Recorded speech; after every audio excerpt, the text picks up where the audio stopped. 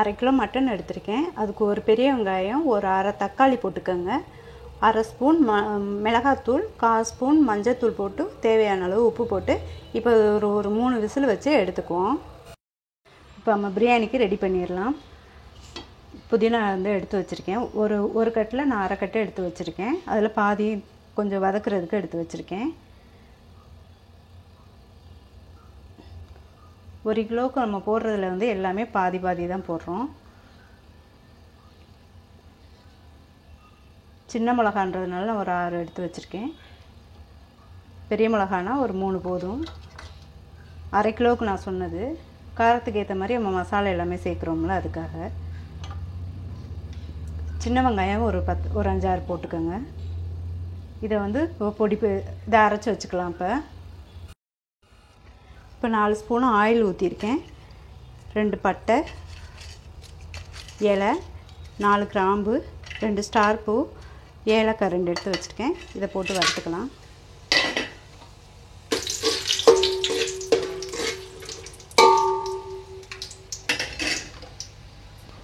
இப்போ 2 பச்சை மிளகாய், ஒரு 2 பெரிய வெங்காயம் நறுக்கி வச்சுருக்கேன்.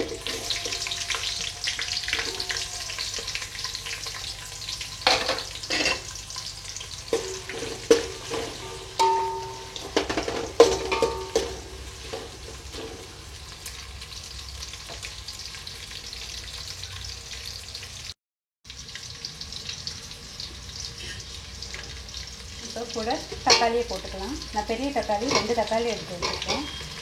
அரை தக்காளி ஏற்கனவே கறி வேக போடும்போது போட்டிருக்கோம்.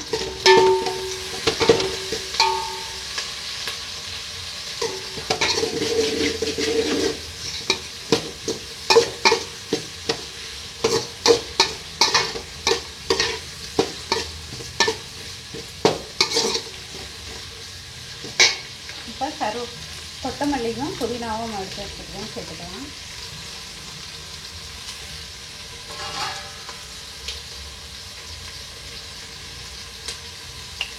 கொஞ்சம் வதங்குற அளவுக்கு உப்பு போட்டுக்கலாம்.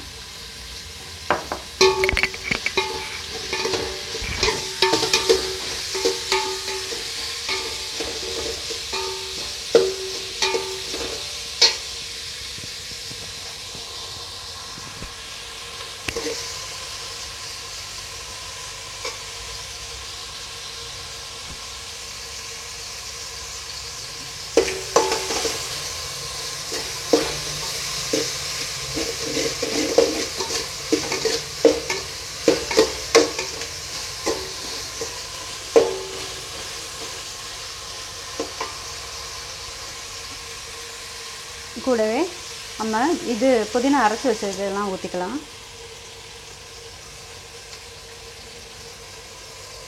அப்புறம் கொஞ்சம் தண்ணி ஊற்றி கழுவி ஊற்றிக்கலாம். இதில்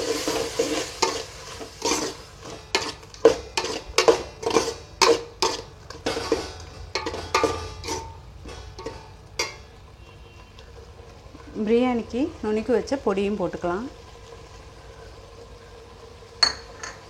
பொடி வீட்டில் நுணுக்குனது தான், நான் அப்புறம் காட்டுறேன்.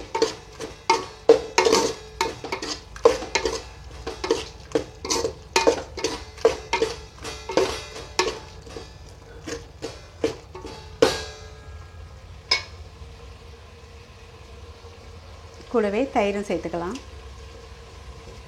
50 கிராம் தயிர் ஊற்றிருக்கேன்.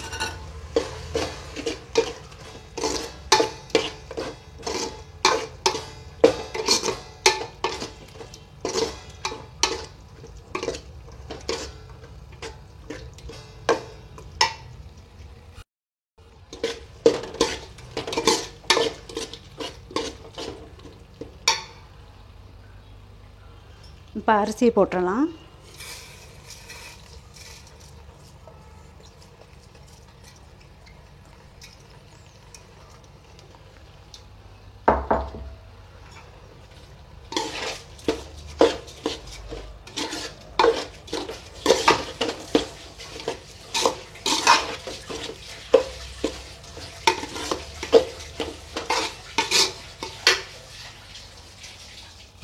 இதில் 2 டம்ளர் நான் அரிசி போட்டிருக்கேன்.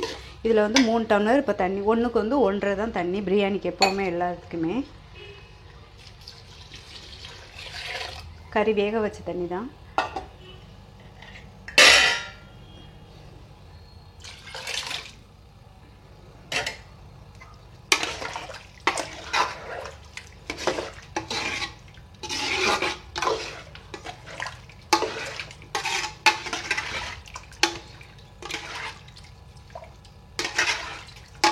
நல்லா கலந்து விட்டுட்டு உரப்பு உப்பு எல்லாத்தையும் சரியாக பார்த்துக்கோங்க. வெந்ததுக்கப்புறம் பிரியாணிக்கு உப்பு போட முடியாது, காரமும் போட முடியாது. கரெக்டாக நீங்கள் பார்த்து போட்டுக்கோங்க.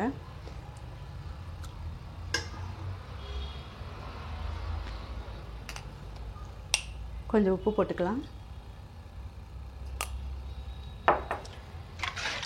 நெய் நம்ம இப்போ ஊற்ற போகிறதில்ல, லாஸ்ட்டாக தான் நம்ம வந்து தம் போட்டு எடுக்கும்போது தான் நம்ம வந்து நெய் ஊற்ற போகிறோம்.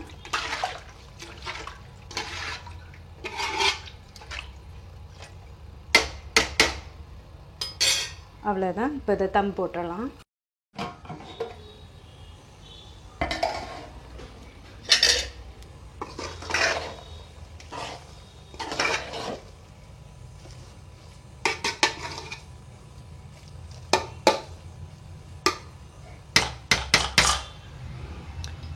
இது மேலே அப்படியே கொஞ்சம் நெய்யை ஊற்றி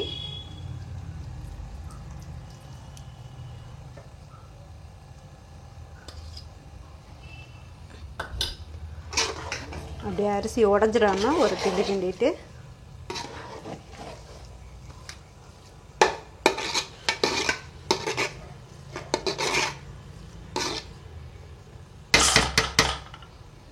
அவ்வளோதான். இப்போ தம் போட்டுடலாம். இப்போ வெயிட்டுக்கு வந்து நம்ம குக்கரை தான் வைக்க போகிறோம்.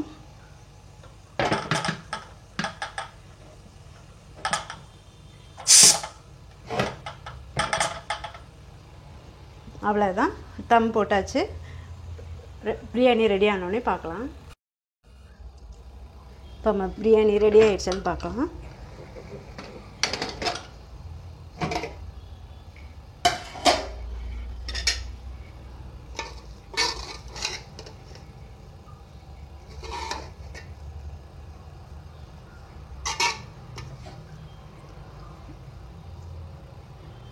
இப்போ சூப்பராக நம்ம பிரியாணி ரெடி ஆயிடுச்சு.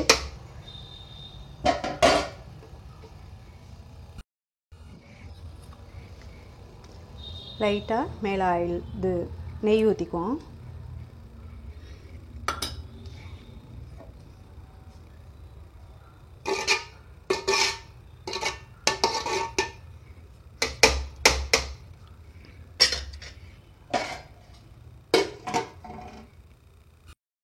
இப்போ நம்ம மட்டன் பிரியாணி ரெடி ஆயிடுச்சு.